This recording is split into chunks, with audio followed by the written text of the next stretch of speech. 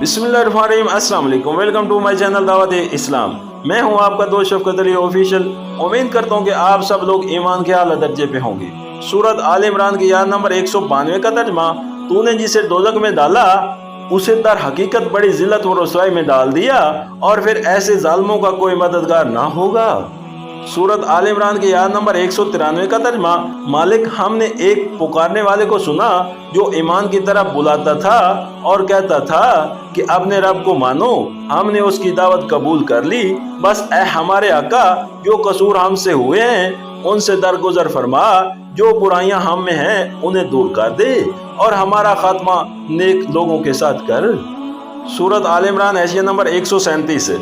इसी तरह यही मुशाहिदा उनको इस बात पर भी मुतमिन कर देता है कि पैगंबर इस कायनात और इसके आगाज व अंजाम के मुतल्लिक जो नुक्ता नज़र पेश करते हैं और ज़िंदगी का जो रास्ता बताते हैं वो सरासर हक है। सूरत आल इमरान की आयत नंबर 194 का तर्जमा, खुदावन जो वादे तूने हमारे रसूलों के ज़रिए से किए हैं उनको हमारे साथ पूरा कर और क़यामत के दिन हमें रुसवाई में न डाल।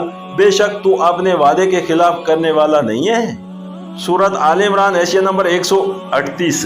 यानी उन्हें इस अमर में तो शक नहीं है कि अल्लाह अपने वादों को पूरा करे या ना करे, अलबत्ता तरद्दुद इस अमर में है कि आया उन वादों के मुसद्दका हम भी करार पाते हैं या नहीं। इसलिए वो अल्लाह से दुआ मांगते हैं कि उन वादों का मुसद्दका हमें बना दे और हमारे साथ उन्हें पूरा कर।